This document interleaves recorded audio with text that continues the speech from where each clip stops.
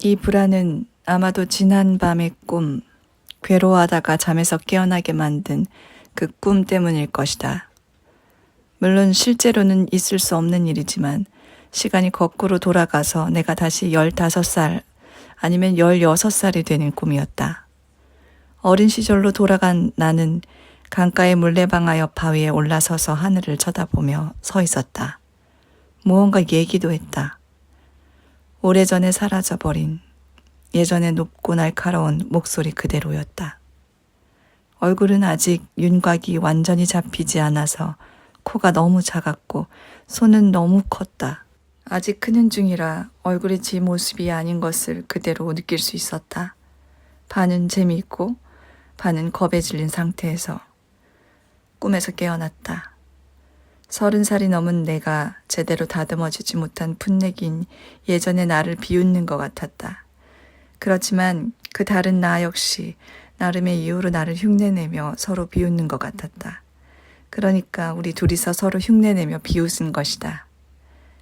이 불쾌한 기억은 우리가 오늘날의 힘을 갖게 되기까지 어떤 길을 거쳐왔는지 되새기게 해준다. 그리고 나선 비몽사몽이었는데 하지만 분명 잠에서 깨어 있었다. 왠지 몸이 하나로 합쳐지지 않은 듯한 그런 느낌이었다. 그러니까 몸의 일부분이 여전히 어릴 때 그대로였던 것이다.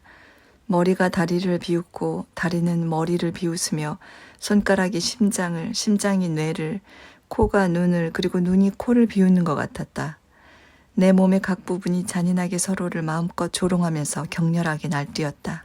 완전히 정신이 들고 나서 나의 삶에 대해 곰곰 생각하기 시작했지만 두려움은 조금도 사그라지지 않았다. 오히려 더 커져갔다. 중간중간에 내 입이 웃음을 참지 못하는 바람에 두려움이 멈추기도 했지만 말이다.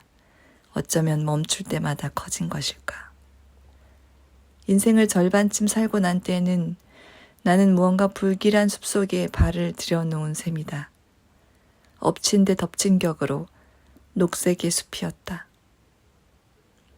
잠에서 깨어난 후에도 난 꿈속에서와 마찬가지로 흐리멍텅하고 질이 멸렬했다. 온전히 어느 한쪽이지 못했고 그렇게 찢긴 상태가 고통스러웠다. 난 이제 막 30살에 루비콘 강을 건넜고 인생의 한 문턱을 넘어선 셈이다. 신분증이나 겉모습은 나를 내가 아닌 중년의 남자로 만들어버렸다. 하지만 나는 과연 누구인가? 브릿지 게임을 하는 30살 먹은 남자. 일거리가 있으면 그때그때 일을 하고 매일매일 반복되는 자질구레한 일들을 해치우고 약속 날짜가 지나도록 못 갚는 빚이 있는 사람. 결국 삶의 전환점에 선 나는 이것도 저것도 아니었다. 아무것도 아니었다. 결혼을 하고 설사 삶 자체가 그렇지는 못하더라도 적어도 행정적으로는 이미 확실하게 정해진 위치를 차지한 내 또래의 사람들은 다들 그럴듯한 이유로 날 경계했다. 친절한 부인들, 마치 어머니처럼 나를 대하는 아줌마들이 나한테 매달리고 달라붙어 있었다. 그들은 모두가 정말 다정했다. 자기들의 영향력을 발휘하여 내가 좀 더 정돈이 되고 그렇게 해서 내놓으라 하는 사람이, 그러니까 변호사나 세무사가 되게 하려고 오래전부터 노력한 사람들이다. 이 여자들은 우유부단한 내 성격 때문에 굉장히 힘들어했다. 내가 누구인지 알지 못하기 때문에 나에게 어떻게 말해야 할지 알 수 없었고 그래서 그냥 웅얼거릴 뿐이었다. 그러면서 그 웅얼거림 사이사이에 이렇게 말하곤 했다. 유지호, 애야, 때가 되었단다. 응? 사람들이 뭐라고 하겠니?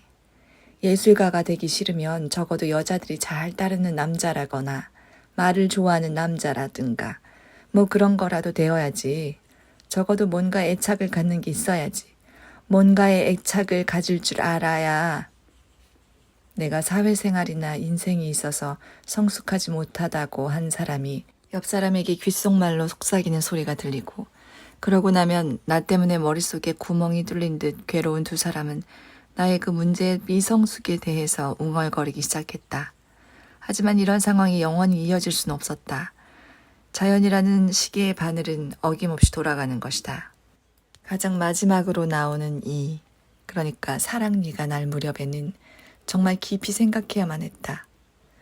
모든 발달이 완성되었고 과거의 나를 죽여 없애야 하는 때가 온 것이다.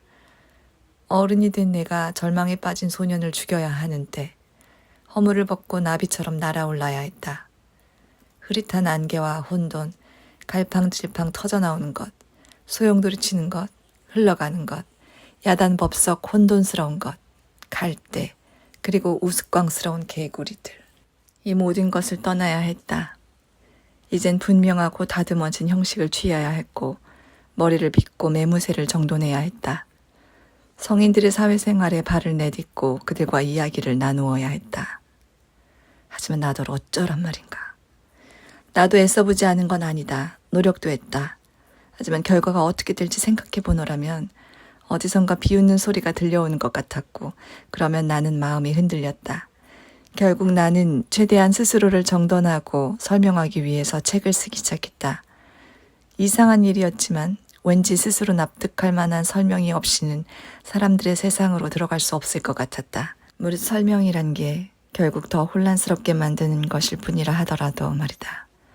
우선 책의 힘으로 주위의 신임을 얻고 그러고 나서 개인적인 접촉을 통하여 발판을 얻으려고 했다. 책 속에다 그럴듯한 나의 이미지를 심어 놓으면 그 이미지가 나를 변모시킬 것이고 결국 내 의지와 상관없이 어른이 될 수 있으리라고 계산했던 것이다. 하지만 어째서 글은 나를 배반한 것일까? 도대체 어째서 나는 그렇게 얼토당토않게 수줍어하면서 다른 사람들이 다 쓰는 것 같은 그런 소설을 쓰지 못한 것일까? 어째서 나는 마음으로부터 그리고 영혼으로부터 고상한 이야기들을 끌어내지 못하고 오히려 극단적으로 열등한 것으로부터 이야기를 끌어냈던 것일까? 어째서 개구리나 사람 다리 같은 것으로 제대로 준비되지 못하고 아직 발효되는 중인 재료들로 꾸역꾸역 글을 채워버리고는 오직 문체와 어조, 냉정하고 의식적인 언어를 통해서 그 설익은 재료들로부터 벗어남으로써 내가 바로 그런 재료들과 결별하고 싶어 한다는 걸 드러내려 했던 것일까? 어째서 나는 그 책에 내 원래 의도와는 반대로 미성숙한 시절의 회고록이라는 제목을 붙였던 것일까? 미성숙한 시절의 회고록은 곰브로비치의 첫 작품 제목이다. 친구들은 나한테 그런 제목을 고르지 말라고 절대로 미성숙을 암시해서는 안 된다고 말렸지만 나는 듣지 않았다. 그러지 마. 설익은 미성숙은 위험한 생각이야. 자기가 성숙하지 못하다는 걸 스스로 그렇게 인정한다면 도대체 누가 널 성숙한 사람으로 생각하겠어? 성숙의 필수적인 첫째 조건은 바로 자기 스스로 성숙하다고 생각하는 거야. 모르겠어? 친구들은 이렇게 말했다. 하지만 내 안에 있는 풋내기 소녀는 너무 일찍, 너무 가볍게 떨쳐내서는 안 될 것 같았다.